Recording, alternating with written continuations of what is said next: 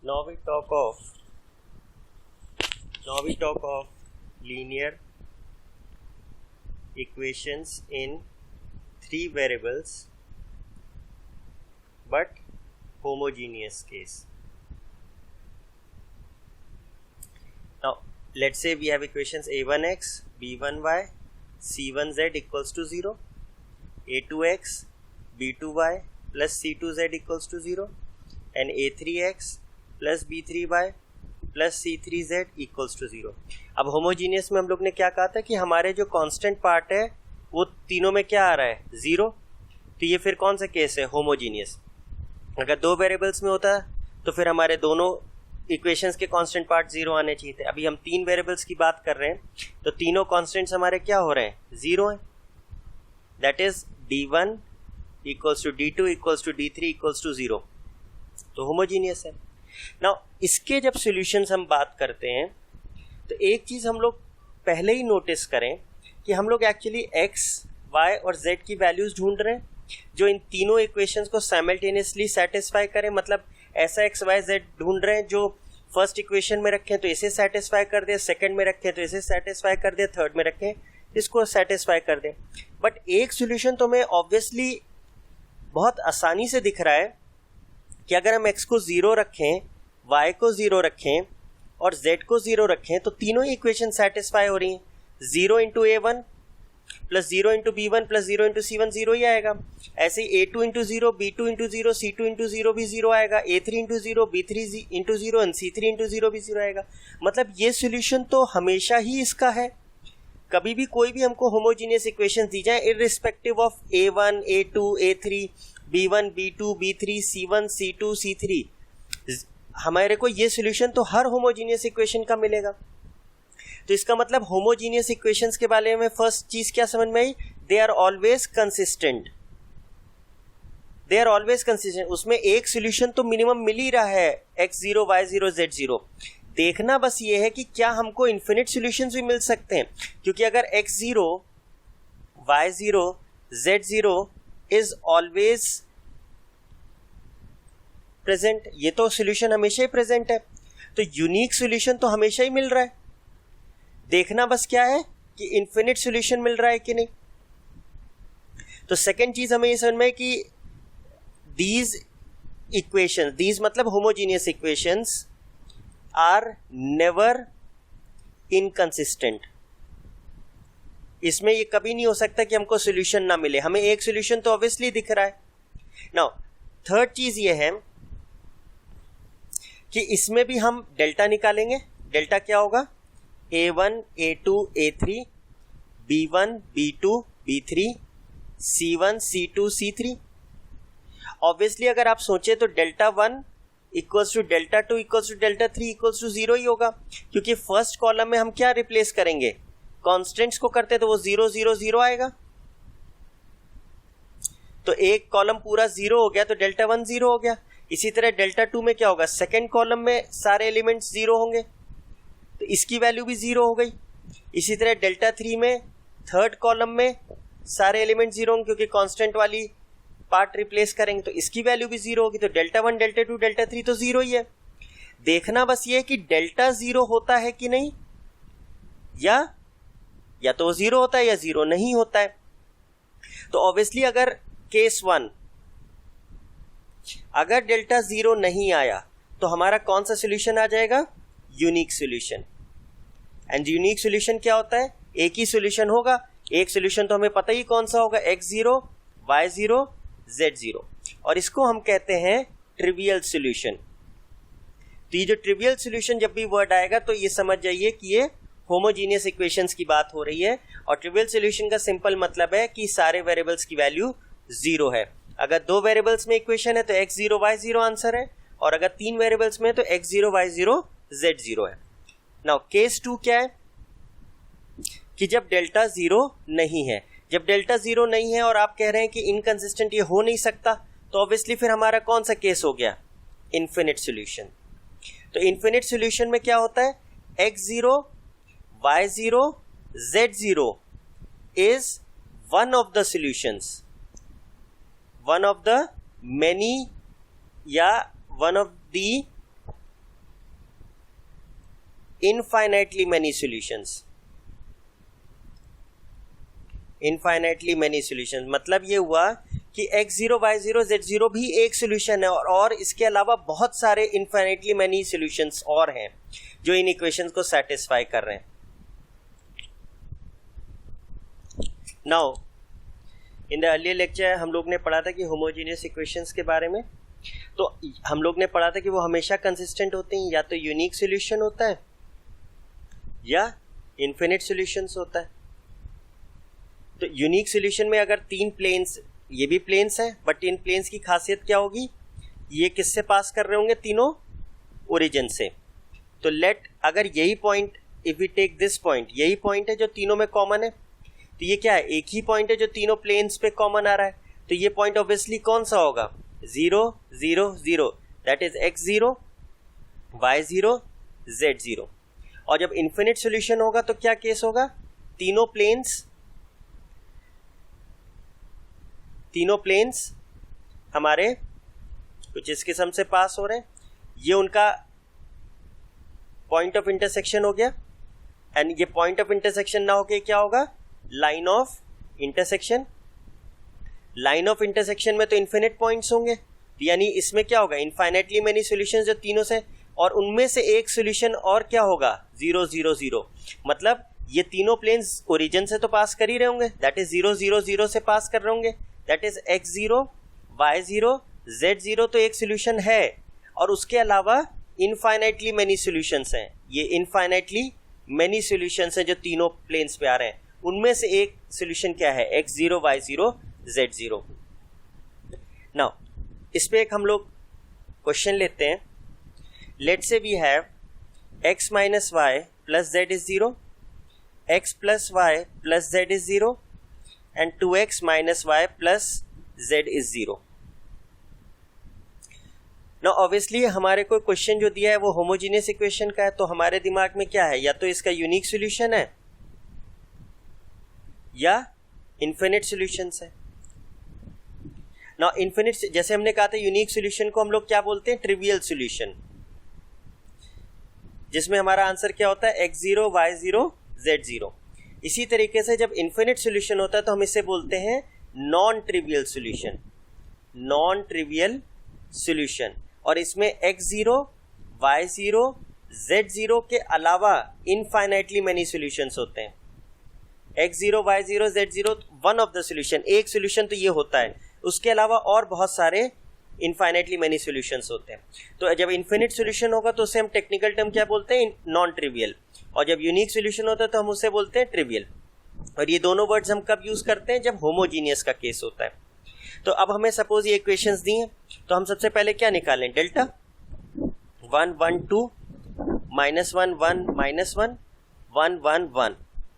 Now delta की value अगर 0 हुई तो इनफिनिट सॉल्यूशन हो जाएगा, और अगर डेल्टा की वैल्यू 0 नहीं हुई तो यूनिक सॉल्यूशन हो जाएगा. तो लेट्स से हम लोग क्या करते हैं, C2 में C2 प्लस C3 कर दें तो कुछ जीरोस आ जाएंगे, 1 1 2 0 2 0 1 1 1. उसके बाद हम लेट्स से C1 में C1 माइनस C2 कर दें तो डेल्टा क्या आ जाएगा, 0 0 1 0 2 0 1 1 1. अगर हम और जीरोस लाना चाहें तो अगर हम इसमें R2 में R2 माइनस R1 कर दें तो डेल्टा क्या हो जाएगा, 0 0 1 0 2 0 1 0 1. अब लेट्स से हम लोग एक्सपैंड कर लेते हैं, काफ़ी जीरोस आ गए, अलोंग R1 ही कर लें तो क्या होगा, A11 C11 A12 C12 और A13 C13. पर A11 भी 0 है, A12 भी 0, तो A13 से आएगा, तो C13 की वैल्यू निकाल लें, -1 1 + 3. फर्स्ट रो थर्ड कॉलम हटाएंगे तो क्या बचेगा, 1 1 2 0 1 0. now, इसकी वैल्यू 0 × 0 0 हो गया, 1 × 2 2 हो गया, तो 0 -2, और बाहर ये इवन है तो ये 1 ही होगा, तो -2. यानी डेल्टा की वैल्यू क्या आई, -2 × 1 which is -2 and this is not equal to 0. therefore solution क्या हो गया, यूनिक सॉल्यूशन हो गया। यूनिक सॉल्यूशन को हम और क्या कहते हैं? Trivial solution. And trivial solution हो गया, इसका मतलब एक ही सॉल्यूशन है, that is x0, y0 and z0. Now let's take another question. Let's say we have x minus y plus z equals to 0, 2x plus y plus z is 0, 4x plus 2y plus 2z equals to 0. Now फिर से ये homogeneous equations है, तो हम पहले delta निकालते हैं, which is 1 minus 1 1 2 4 1 2 and 1 2. Obviously इसमें क्या हो गया? Second row, third row is a multiple of the second row, तो ऑब्वियसली अगर हम R3 में R3 माइनस 2 R2 कर दें तो हमें तीनों जीरोस मिल जाएंगे इधर, तो डेल्टा की वैल्यू क्या हो गई? 0. एंड सिंस होमोजीनियस इक्वेशन है और डेल्टा 0 आर, यानी कौन सा केस हो गया? Non trivial solution, which is also the case in finitely many solutions. अब इस केस में हम क्या करें? कोई भी दो इक्वेशंस, जैसे हम लोगों ने नॉन होमोजीनियस में किया था, कोई भी दो डिफरेंट इक्वेशंस ले लीजिए और किसी एक वेरिएबल को k मान लें. लेट्स से z को k मान लिया, तो x minus y equals to minus z. अगर फर्स्ट इक्वेशन ले ली तो which is equal to minus k, तो हमारी पहली इक्वेशन बनी x minus y is equal to minus k. And let's say एक इक्वेशन सेकेंड वाली ले ली, 2x plus y equals to minus z which is minus k, तो हमारी सेकेंड इक्वेशन आ गई 2x plus y equals to minus k. Now अब हम क्या करेंगे? हम इन दो इक्वेशंस को हम सॉल्व कर देंगे. तो सबसे पहले डेल्टा बनाया, 1 2 माइनस 1 1, डेल्टा 1 बनाया, रिप्लेस कर दें फर्स्ट कॉलम को कांस्टेंट से, माइनस के माइनस 1 1, और डेल्टा 2 में सेकेंड कॉलम को रिप्लेस कर दें कांस्टेंट से, माइनस के 1 2, और तीनों की वैल्यूज निकालें. तो delta would be 1 into 1 minus 2 into minus 1, तो 1 माइनस 2 विच इज 3. डेल्टा 1 की वैल्यू माइनस के माइनस ऑफ के विच is minus 2k, and delta 2 की वैल्यू माइनस के minus of minus 2k which is 2k minus के विच is k.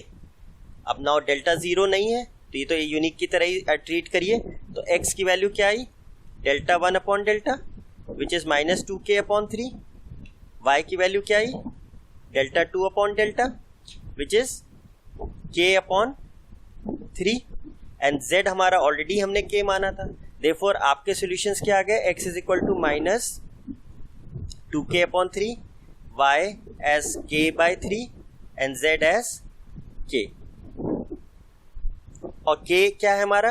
Real numbers. And for different values of k will get different answers, infinitely many answers. अब आप cross check कर सकते हैं कि आपके ये आंसर्स सही हैं कि नहीं by putting in the original equation. तो हमारी इक्वेशंस क्या थी? x plus y plus z equals to 0. जरा इसमें रख के देखिए, minus 2k by 3 plus k by 3 and plus k.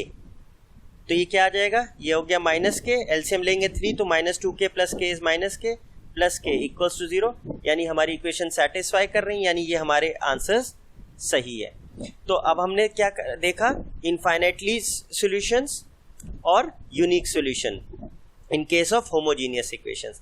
तो ये जब डेल्टा 0 नहीं आएगा तो यूनिक सॉल्यूशन या ट्रिवियल सॉल्यूशन कहलाएंगे, और अगर डेल्टा 0 आएगा तो नॉन ट्रिवियल सॉल्यूशन या इनफाइनाइटली मेनी सॉल्यूशंस आएंगे. Now we'll talk of linear equations in two variables. We'll talk of linear equations in two variables and non-homogeneous. Let's say we have a1x b1y is equal to c1 and a2x plus b2y is equal to c2. Now C1 and C2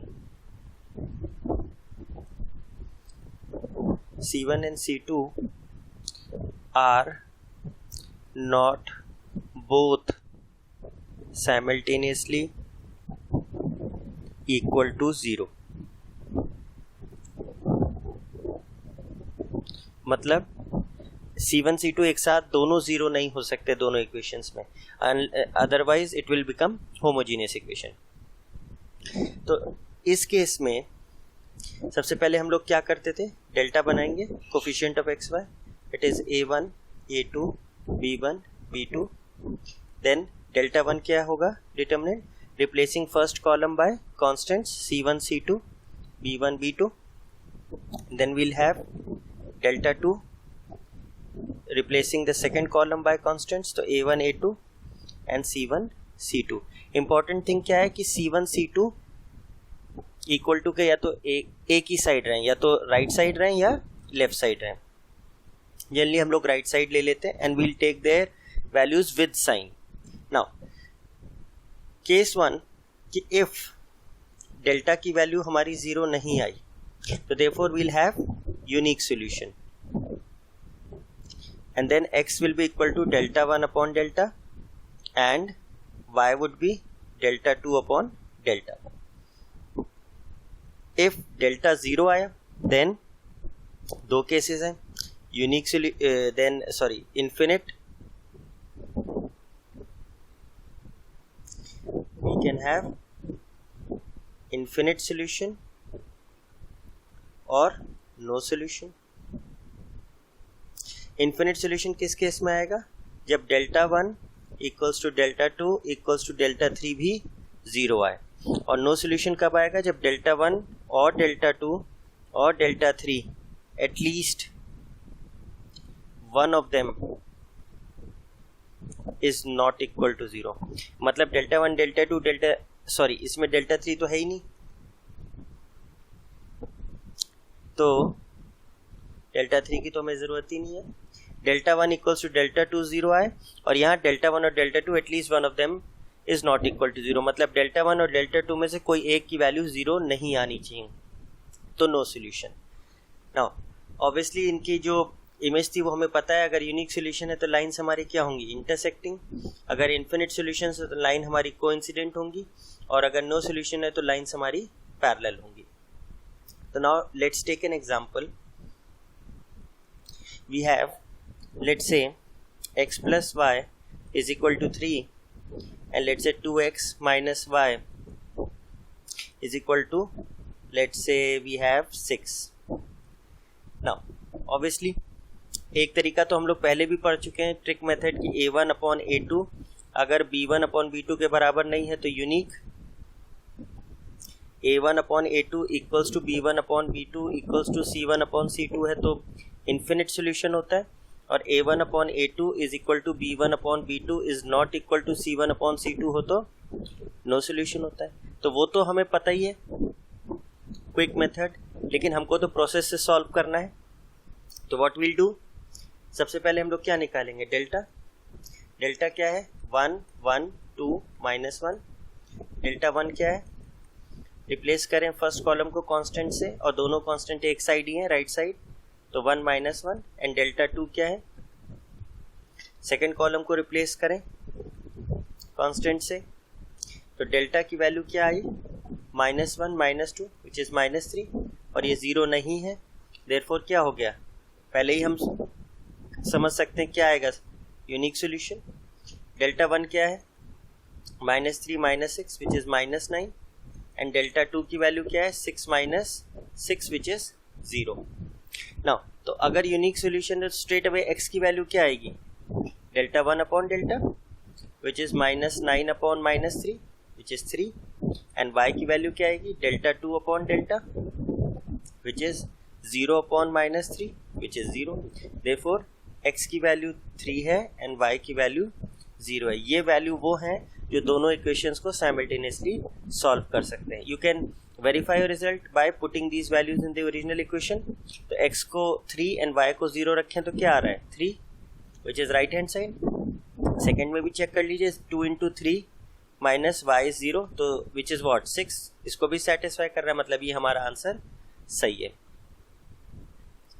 Let's take another question. Question 2. Let's say we have x plus y is equal to 3 and let's say we have 2x plus 2y is equal to 6. फिर हम लोग check करें delta 1 2 1 2, delta 1 क्या है 3 6 1 2, first column को replace कर दिया constant से, डेल्टा 2 में सेकेंड कॉलम को रिप्लेस करेंगे कांस्टेंट से. As a matter of fact यहाँ तो जो सेकेंड रो है that is a multiple of the first row, तो बाय प्रॉपर्टी डेल्टा 0 है. यहाँ भी डेल्टा 1 की जब वैल्यू निकाले तो first column is a multiple of second column 3 times है, तो ये भी वैल्यू 0 हो गई. एंड डेल्टा 2 की वैल्यू भी 0 है क्योंकि second row is a multiple of the first row, तो फिर डेल्टा 2 भी क्या है, डेल्टा 2 की वैल्यू भी 0 है. तो फिर क्या आया, delta equals to delta 1 equals to delta 2 each being 0. तो फिर स्ट्रेट अवे हमारे को क्या प्रेडिक्शन हो गया, इन्फिनिट सॉल्यूशंस यानी लाइंस क्या है, कोइंसिडेंट है. तो हम लोग क्या करें, लेट किसी एक वेरिएबल को k मान लें, लेट से y is equal to k. तो x की वैल्यू क्या आएगी, x plus k is equal to 3, तो x क्या आ जाएगा 3 माइनस k. तो देयरफॉर हमारा सोल्यूशन क्या हो गया, x is 3 minus k and y is k and k belongs to real number. तो इन्फिनिट वैल्यूज k की हो सकती हैं, कोई भी वैल्यू हम y को दें उसके कॉरेस्पॉन्डिंग x की वैल्यू हमें मिल जाएगी जो इन इक्वेशंस को साइमल्टेनियसली सॉल्व कर देगी. Now let's take another example. Let's say we have x plus y is equal to 2 and 2x plus 2y is equal to 5. अब इस केस में डेल्टा बनाए तो क्या आएगा, 1 2 1 2, डेल्टा 1 रिप्लेस करें फर्स्ट कॉलम को 2 5 1 2 एंड डेल्टा 2 में सेकेंड कॉलम को रिप्लेस करें कांस्टेंट से 1 2 2 5. तो डेल्टा की वैल्यू देखिए 0 आ रही है, 2 1 2 माइनस 2, डेल्टा 1 की value 4 minus 5 which is minus 1 and delta 2 की वैल्यू 5 माइनस 4 1. जब डेल्टा 0 है एंड हमारी कंडीशन थी एटलीस्ट वन ऑफ डेल्टा 1 और delta 2 should not be 0, should not be 0. अगर ऐसा है तो हमारी सॉल्यूशंस क्या होंगे, नो सॉल्यूशन. और पिक्चर क्या बनेगी दिमाग में कि लाइंस हमारी क्या है, पैरेलल लाइंस है. तो नो सॉल्यूशन में तो हमें कुछ निकालना ही नहीं है, हमारी कंडीशन नो सॉल्यूशन की आ रही है, मतलब इस इक्वेशंस के सॉल्यूशन नहीं निकल सकते.